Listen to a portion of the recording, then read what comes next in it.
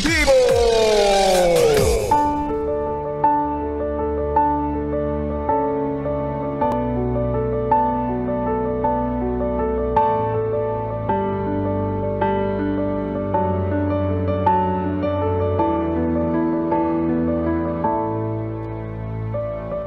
Yes, friend! Ako'y nagbabalik, DJ B-Boy Bibo, para sa ating tuloy-tuloy na BB Time tungkol sa usaping Love is Blind.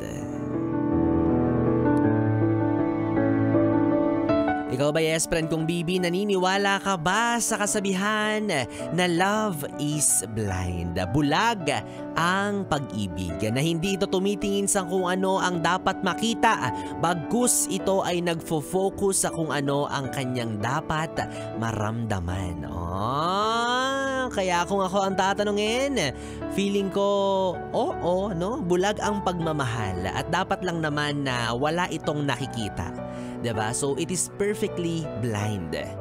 Kasi dun sa puntong yun, dun mas lumalabas yung mystery ng pagmamahal, yung magic ng pag-ibig, yung wala kang nagiging basihan, hindi sobrang mataas ang iyong pamantayan, bagkus ipinapaubaya mo ang lahat ayon sa iyong nararamdaman. Diba?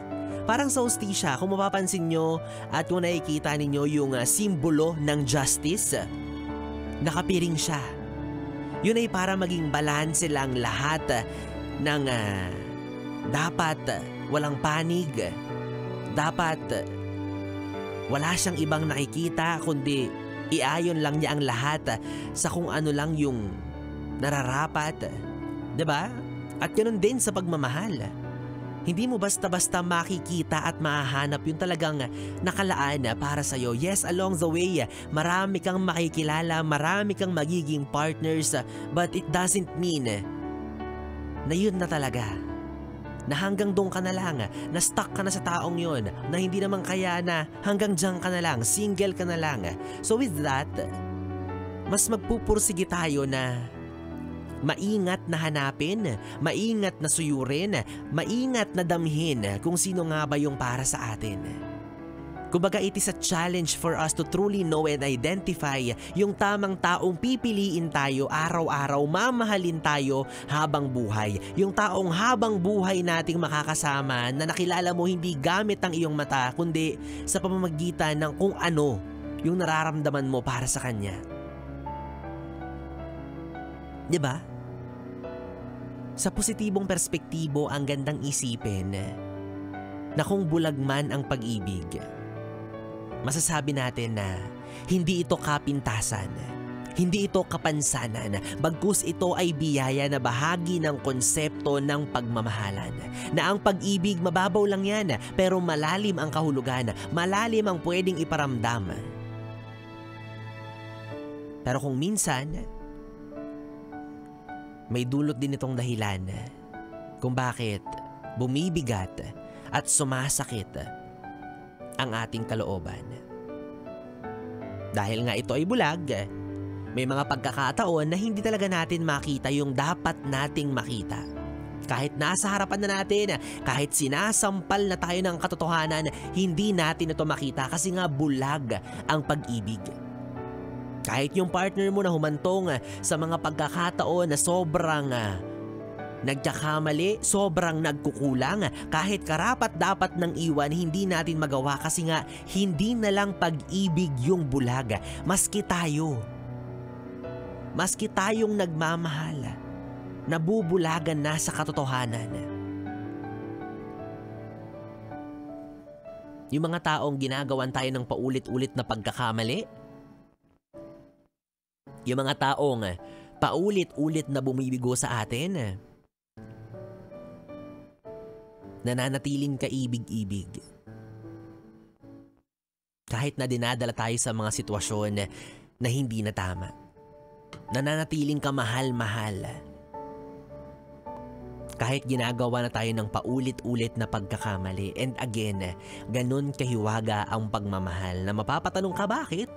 Bakit kahit Nararamdaman ko na niloloko niya lang ako, na kahit hindi siya seryoso, kahit na meron na siyang ibang minamahal na tao, kahit na pinagpalit niya na ako, hindi ko pa rin siya magawang iwan. Yun ay dahil baka tuluyan na rin tayong nabulagan. So bottom line, panatilihin lang natin ang kapangyarihan ng pag-ibig. Gamitin lang natin ito ng wasto.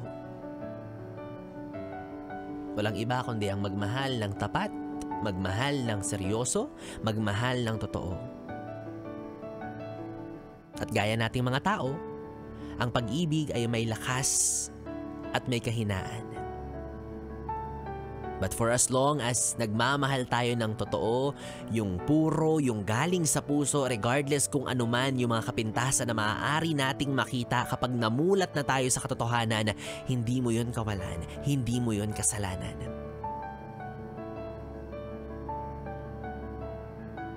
Kung nagkamali yung partner mo, ganun din si Cupido. Diba?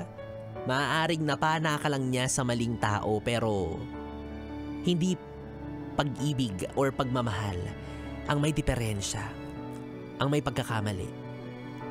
It's the person itself that you once loved. Kaya again, gaya ng madalas kong sinasabi, let's not lose our faith in love. Wala sa pagmamahal ang problema. Nasa taong ating nakakasama at nakikilala.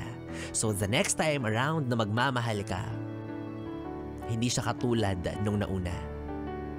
At hindi rin nating masasabi na siya na yung panghuli. Ganon kamisteryoso ang pagmamahal.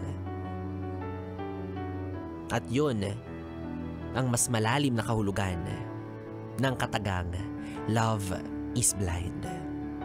Alam ko yung iba sa inyo nagfo-focus lang sa konsepto na love is blind. Yan ba yung kapag pangit yung jowa mo?